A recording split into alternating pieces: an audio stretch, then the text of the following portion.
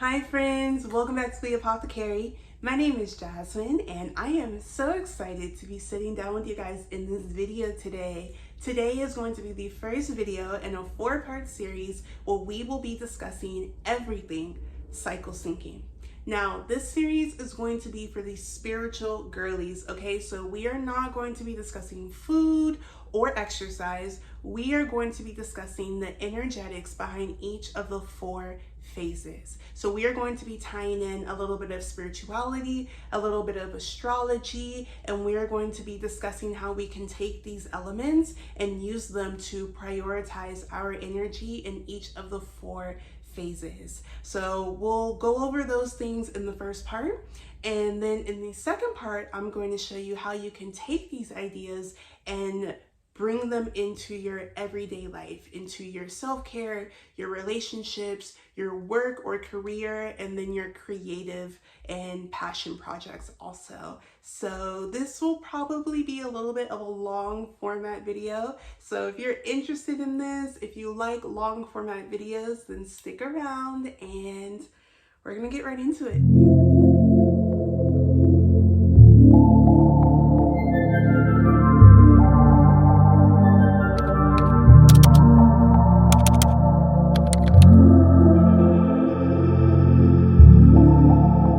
The menstrual phase is associated with the season of winter and the new moon.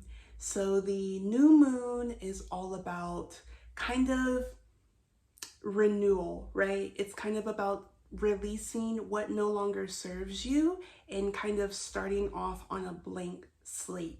And the season of winter is represented by coldness and dryness. Now, when we look at this menstrual phase, we can see those energies of cold and dry. So for example, the first thing most women grab to when they're on their periods is some form of heat, whether that's a heating pad, a hot water bottle, or whatever you use to kind of like aid in this kind of cramping or bloating or inflammation. And we also use a lot of herbs that tend to heat our body up. So herbs like ginger, cinnamon, turmeric, all of these herbs help to warm up our body, and they also help to fight any sort of like inflammation, right? We can also see the quality of dryness in our skin. I know when I'm on my period, my skin tends to look very dehydrated, kind of like cracking, very dry. My hair, my scalp also gets extra dry during this phase. And I also physically feel very dehydrated in this phase. So I tend to have to up the amount of water that I am drinking within this phase. So you can see how if this season is sort of our internal winter, which is represented again by that coldness and that dryness, we can see how we kind of treat that energy with the opposite form of it, which is going to be heat and hydration. So again, heating pads, hot water bottles, warming herbs, things that warm up the body are going to be key to understanding how that winter like energy works within us, right? Now, outside of winter and the new moon, I also like to assign an element to each of the 4 phases. And for the menstrual phase, I believe that this phase is best represented by water energy. Now, again, you can see this in the body because we are physically releasing liquid, right? We are releasing blood, releasing water, releasing nutrients from the body, which is representative of that water energy. But to take it a step further, I like to look at the water zodiac signs to kind of show me the energy, the realm of which I should be operating within this phase. So the water signs that we can look towards are Cancer, Pisces, Scorpio, right? Now, I like to think of Cancer as kind of like our surface level emotions. When I think of Cancer energy in terms of water, I like to think of like the shoreline. That's kind of like connected to the sand, right? Like we're not necessarily deep into the ocean yet, but we're kind of near the surface where it's a little bit more shallow. And that Cancer energy can be represented by like that mothering energy, really wanting to take care of ourselves, and kind of like just those like lingering emotions that we feel within this phase. Also, Cancer being represented by the moon, and this, a lot of like people call the menstrual phase like their moon time or their moon phase, and so we can really see that Cancer energy there.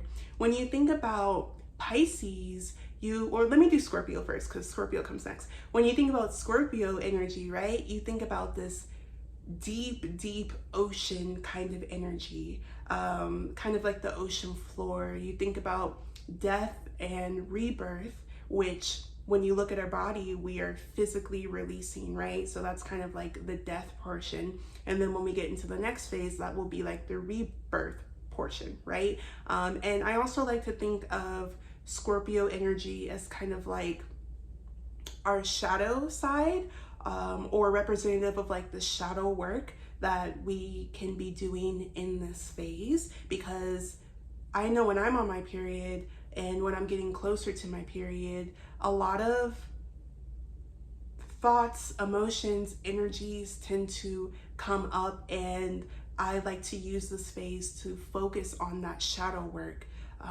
And then when you think of Pisces energy, I like to think of our subconscious, but also our connection to the divine, right? Pisces is all about not so much being in the 3D, but being in the 5D. Pisces energy is manifestation energy, and it's also that connection to source, to the divine, to God, right?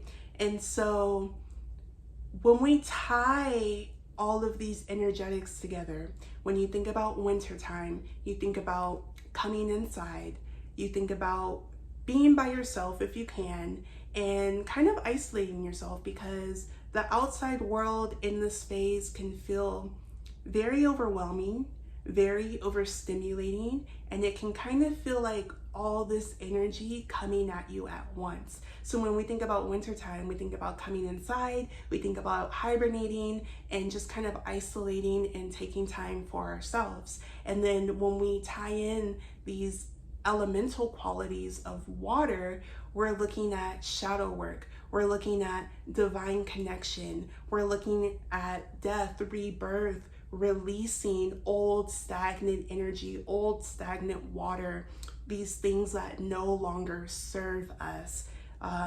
So kind of, they no longer serve the person that we want to move forward as.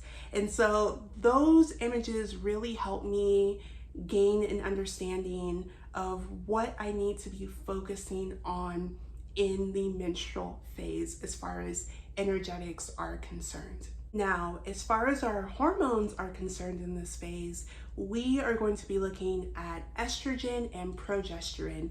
You can think of estrogen as kind of the hormone that gives us energy, and progesterone as the hormone that helps us to calm down and find balance. Now, you can see that in this menstrual phase, estrogen and progesterone are both very low. They're at their lowest point within this phase. So that means that we have very low energy, and also we probably struggle to find calm and balance within this phase. And that rings very true for me. When I'm on my period, I am so tired, no matter how many vitamins I take, how many supplements I take, no matter how like perfect my diet is or how much water I'm drinking, I still just feel very tired within this phase. And I think that's just because that's the energy around it, right? And so estrogen is low, progesterone is low. Not only is our energy low, but because that progesterone is low, we're also really struggling to find balance and to find calm. And a lot of times I experience a lot of anxiety in this phase and a lot of kind of racing thoughts, and my mind feels a little bit foggy in this phase. And I think that is very representative of the fact that progesterone is so low along with estrogen in this phase. Now, when I was looking at all of this information and trying to figure out what does all of this mean?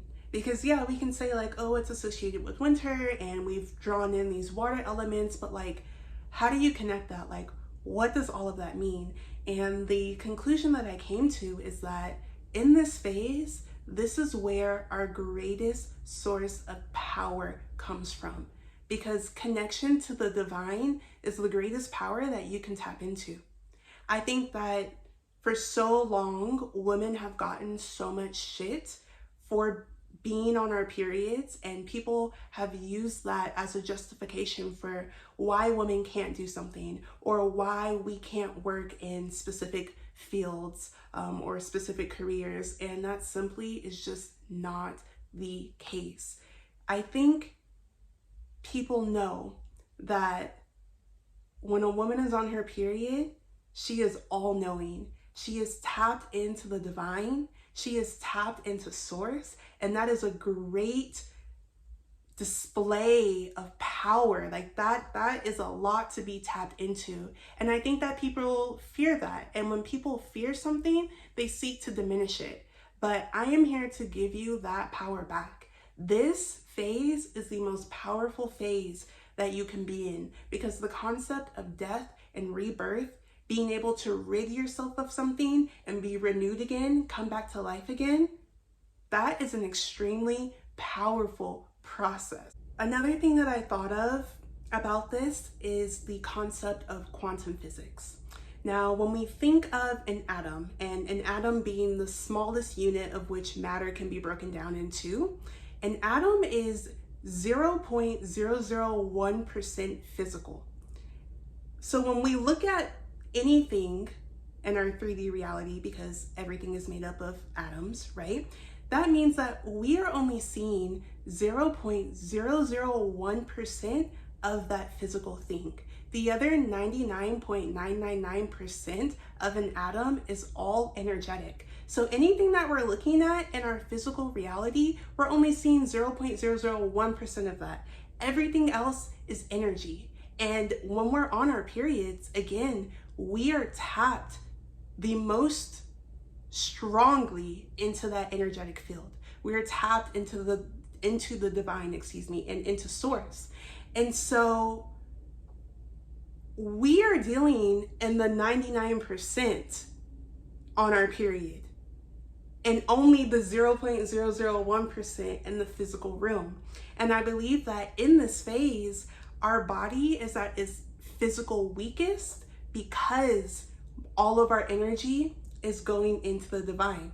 It's going into source. So of course, we're feeling tired. Of course, we're feeling more weak, a little bit more foggy in the head, because all of our energy is going into being tapped into source, tapped into our emotions. And I think that that is one of the most powerful things that we can be tapped into. And that is a strength that we have as women that men do not have in this world. And I think that they know that. And perhaps maybe that is why they have spent so much time and energy trying to diminish this phase and trying to, kind of present us as weak, because they know that we are actually all-knowing and very, very powerful within this phase. Now that we've kind of talked about the energetics of the phase, I'm going to take those ideas and show you how you can implement them in your everyday life in practical ways.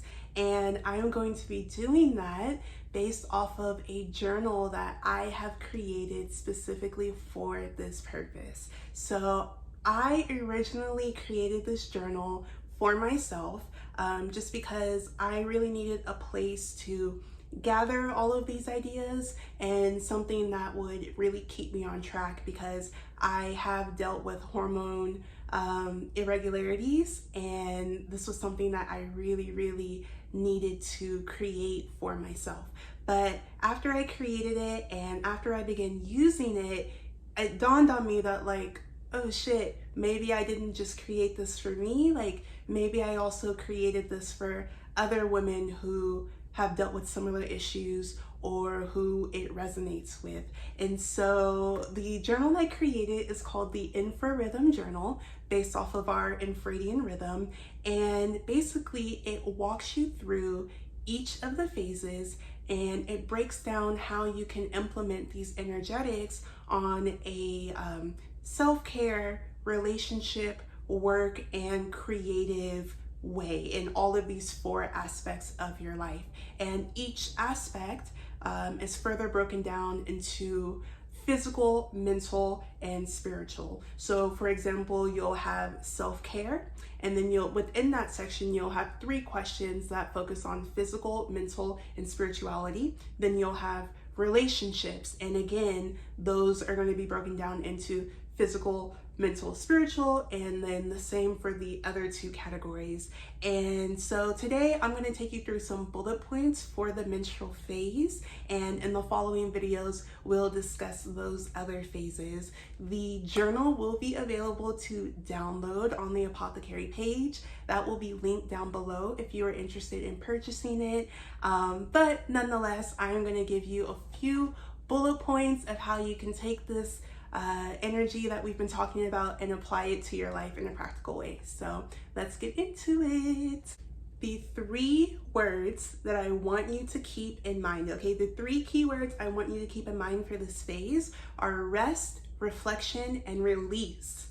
We've already talked about how this phase is water energy. We're physically releasing death and rebirth, but also our physical body is a little bit more tired, more weak in this phase. So we also want to prioritize rest in this phase. So starting off with self-care, for the physical aspect of self-care, really simply prioritize rest in whatever way you can. Everyone is different. Everyone's period looks different. Some people like to sleep the whole week. I'm one of those people. Some people have a little bit more energy, and you know, they like to go on walks or do some slow like yoga, or just like light stretching in general. Whatever works for you. But as far as the physical element, your main priority is to prioritize resting your body. So light movement is good, but you don't want to do anything too crazy, too intense in this phase. As far as your mental is concerned, you're going to want to take note of any outdated beliefs or any old ideals that are ready to be released in this phase. Now, notice that I said take note of. You don't have to do anything in this phase because again, we're prioritizing rest, right?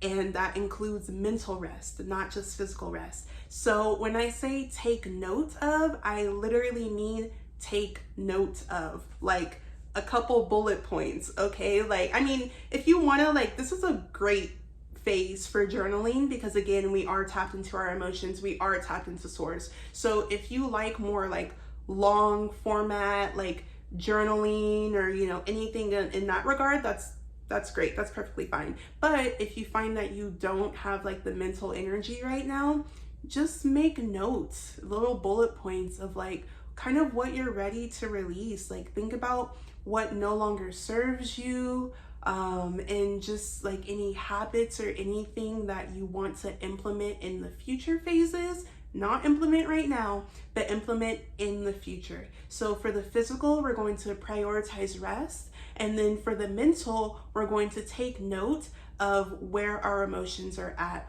where our head is at, and identify what we don't like, what no longer serves us, and what we want to release in this phase. And then as far as spirituality is concerned, you want to do activities that help to ground you and help you to connect with source and with the divine. And so that kind of goes into what we're doing physically, right? Because a lot of times if we're going on nature walks, if we're doing yoga, if we're meditating, if we're laying in bed, like we're that's a form of connecting to source. That's a form of, getting clear, kind of being isolated, and forming a deeper connection to whatever you believe in. And so you want to prioritize those activities in terms of spirituality, because again, this is that phase where all of that power is really tapped in and connected. And so you want to prioritize getting connected to your spirituality, so that way going forward, you're going forward with a clear spirit, clear mind, clear body, and you're ready to build upon, because this phase can be looked at as kind of our foundation, right? In this phase, we're releasing what no longer serves us. And because of that, and because of our connection to source, we can use those two concepts as a foundation for what we want to build upon in the later phases. For relationships, I think it's really important for the physical aspect that you take a look at where you can take a step back this week. Now, that's going to look different for everyone. Like, for example, I don't have any kids, and so I don't have the responsibility of like being a mom or having to show up for someone every single day, even if you don't necessarily feel like it or feel like you don't have the energy or anything, right? And so I'm not saying you have to completely isolate yourself, although that can be a form of that. But however you can in your daily life this week, you want to look at where can you take a step back, or at least where can you find a moment of isolation for yourself. And that moment of isolation can look like 5 minutes, 10 minutes, an hour. It could look like the whole day, like however that like resonates for you in your life. But you want to look at how you can kind of withdraw some of your energy from perhaps the relationship that you're in, or to your friends or family, and kind of take that as a time to, again, come inside, be with yourself, be in your own energy, because we can feel very overstimulated in this phase. And maybe a little even like introverted. And so you want to try to take a step back within your relationships to focus that energy on yourself. And I think that everyone can find a version of this. So yeah, however that looks like in your life, try finding a way to take a step back this week, and maybe not every day during the week, right? Like I said, like we all have different situations, we all have different responsibilities, but whether it's 5 minutes, one day, or the whole week, think about how you can return some of your energy back to your physical body, because your body is already feeling so energetically tired that trying to exert any energy in the form of relationships is more likely than not going to feel like you are pouring from an empty cup. And if we think about this phase being a foundation, if you're already pouring from an empty cup, you're not really setting yourself up to have the optimal amount of energy in the phases that are to come, right? As far as your mental is concerned in form of a relationships, I like to take this time to think of who has been on my mind lately. When we think about this concept of being tapped in, we usually kind of have these mental signals coming to us, right? And so if there's any lingering emotions towards a person, or not necessarily like in a negative way, right? Like this could also be very positive, but I like to think of like, who has been on my mind? Who in these past few days or weeks has popped up, right? Who do I want to try to connect with? You're gonna and again, we're not being active in this phase. This is a form of rest. And so you're just gonna think of who, like just write down a name, right? Like who has been on my mind? Who or what has been on my mind? And in the future phases where I have more energy, who would I like to connect with? And in terms of relationships and the spiritual aspect, I like to consider like what still needs to be said. In terms of relationships, I feel like as women, we can sometimes hold things in, or if a conversation kind of feels like maybe it's going to be too intense or it's going to have like a negative outcome or anything, like I feel like we tend to like let those emotions kind of like build up.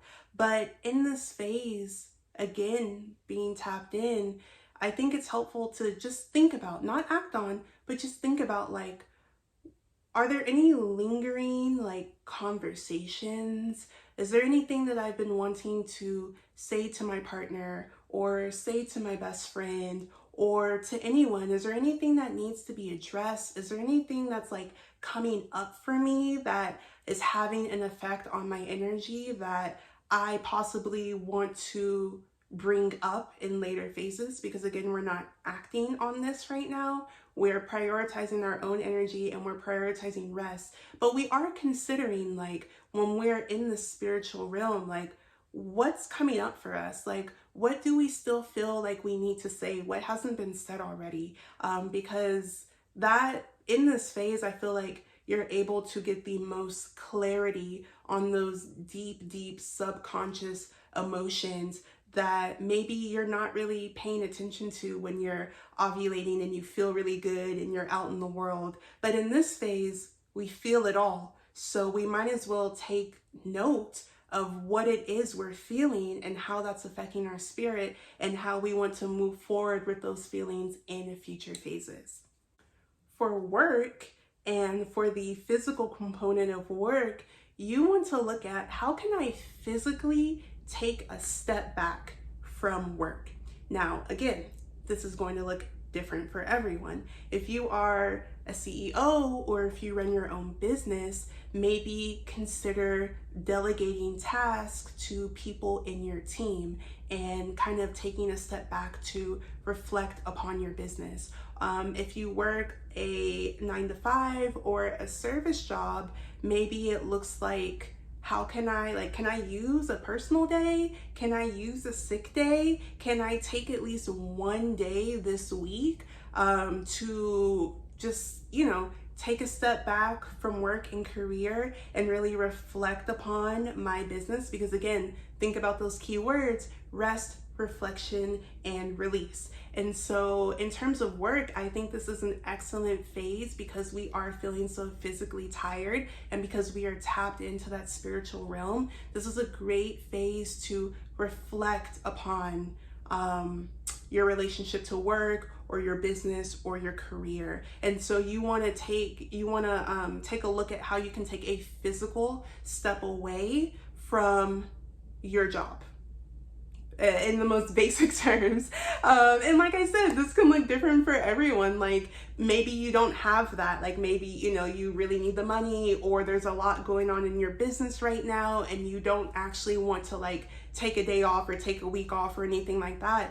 Again, in small ways, like how can you delegate some of these tasks out, or how can you plan for these tasks in the future to be more automated, right? Like it's about learning how to reserve some of our energy so that in the following phases we're able to like go hard in our business and like think about like the next steps we want to take and all of that. So for physically, you want to see how you can take a step back in whatever way you can, because that will give you so much of your energy back in this phase, I promise. And then for the mental aspect of work, I like to consider the past month, right? So when I'm on my period and thinking about work, career, money, I like to consider, what did I like about this past month of work and what did I dislike?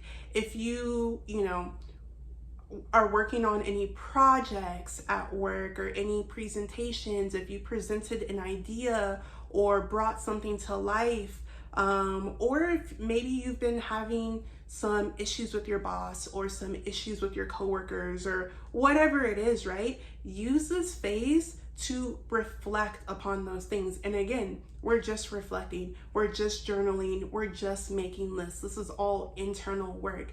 And you can quite literally make a list of, I did this thing, I didn't like that, or I did this thing at work and I was really, really proud of that and that made me feel really good, or I had this conversation with my boss and it went really well, or I had this conversation and it didn't go very well and it didn't make me feel very good, and that made me start questioning my relationship to this job, or I presented this project or did this thing. You want to take the time to reflect on your past projects or past events or whatever, because again, if this is our foundation, the act of reflecting and releasing these things is going to set us up to be able to build upon those things in the upcoming phases. So you really want to take a moment to reflect on what you liked and what you didn't like, but we're not necessarily making a game plan for like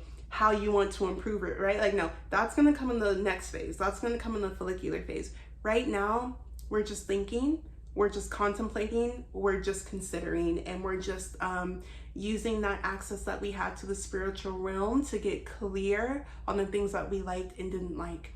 And then for the spiritual aspect of work, I like to just reflect upon like, what is my current relationship to work and money? How do I feel? Like, not maybe specifically like my job that I have right now or my career that I have right now, but like, what is my relationship to work? How do I feel about the amount of hours I've been working? How does my body feel? How does my mind feel? How does my spirit feel? How do I feel about my relationship to money right now? And when I'm using the journal for this portion, I really like to do like bullet points, right? So right now, for example, I could say my relationship with money feels a little bit tight or a little bit constricted, right? Like, I don't feel like I'm flourishing right now.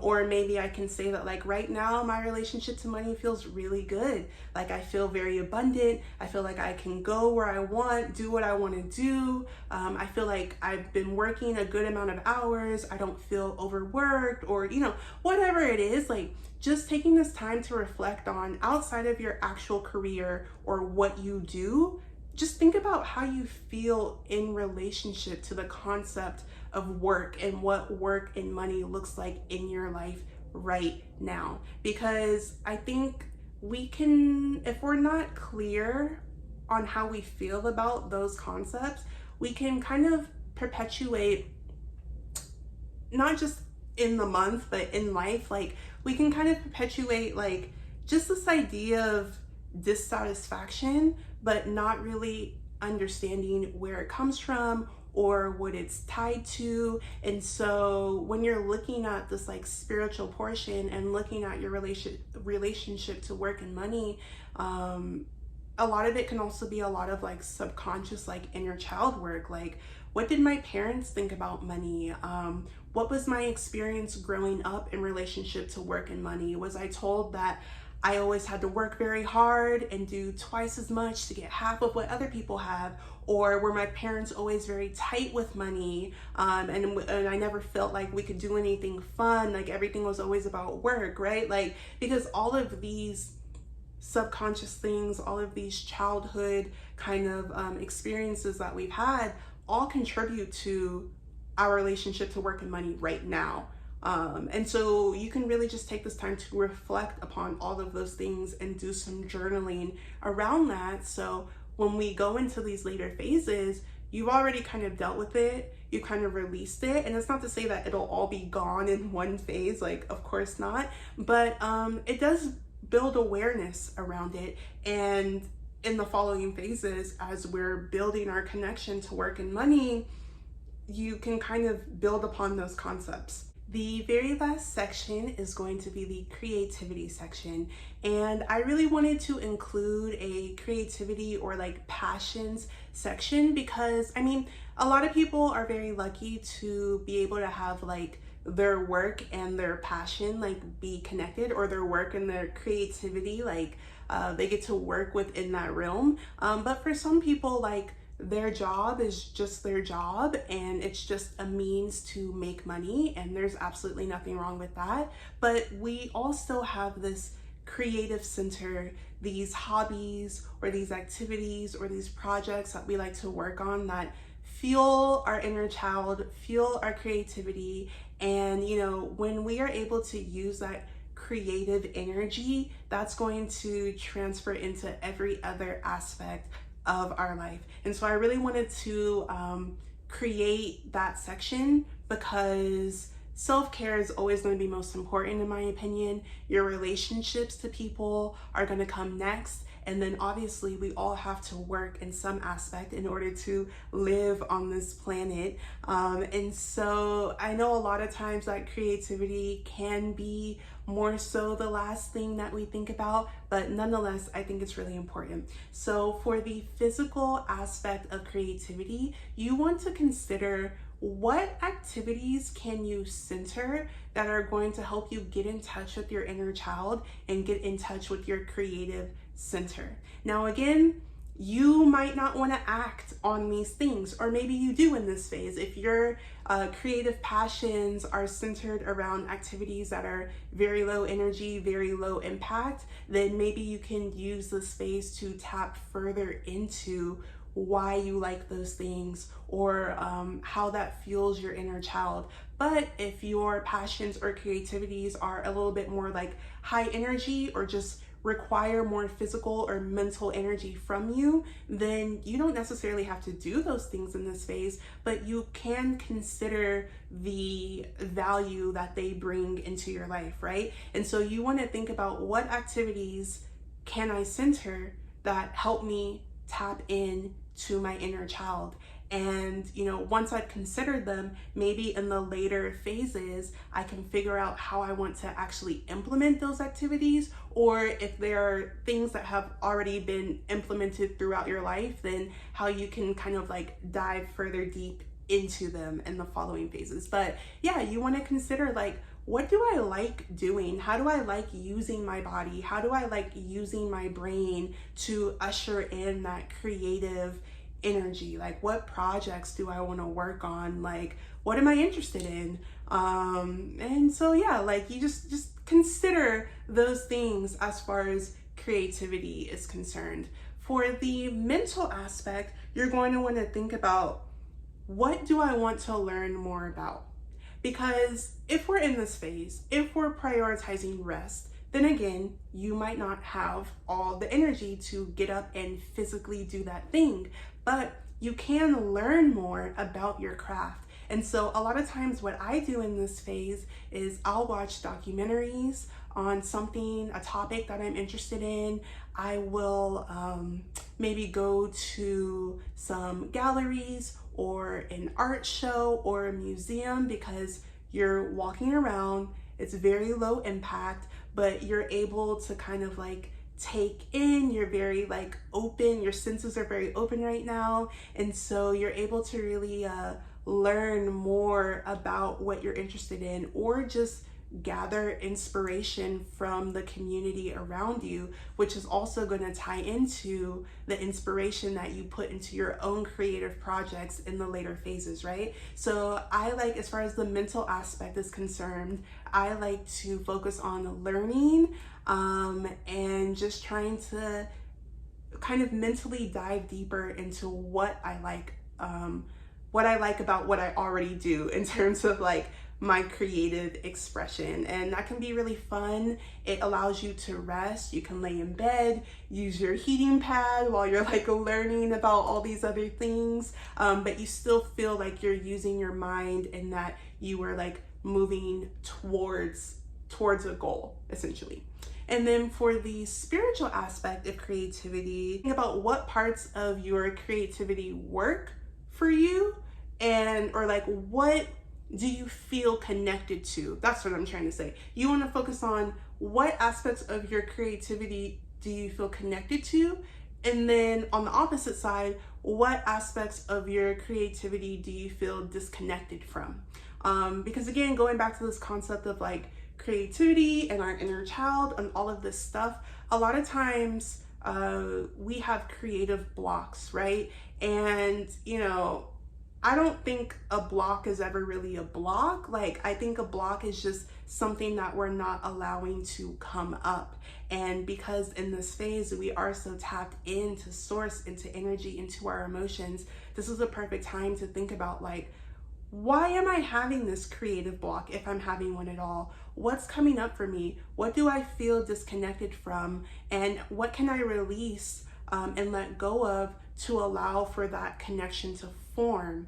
But then also, what do I feel connected to in terms of my creative expression? Where does this inspiration come from and why? And those can be great journaling prompts also within this phase. But yeah, like just think about like, where is my creative connection coming from and why is it there? And really take a moment to like reflect on that in the journal. So that is it, guys. That is all I have for you today as far as the journal is concerned. Just to do a quick little recap, in this phase, we're focusing on the energetics of winter and water energy, and we are focusing on rest, release, and reflection. And so we are going to prioritize activities that allow us to rest, like walking, yoga, meditation. We're going to be focusing on journaling as a form of release. And we're just overall going to be trying to rest our physical bodies because we are tapped into source and we want our energy to be going towards that instead of us trying to push our body physically when we're just simply not meant to do that within this phase. So thank you guys so much for sticking with me in this video. I am so excited to do the following phases and just share the energetics of each of those. And again, if you are interested in this journal, it will be linked down below on the apothecary page. And if you are interested in the following series, please be sure to give this video a like and subscribe to the channel, just so we can, get the video out there, like get the algorithming or whatever. But yeah, like I'm so excited to continue to dive into this subject with you guys. And yeah, that's all I got. I'll see you guys next time. Bye.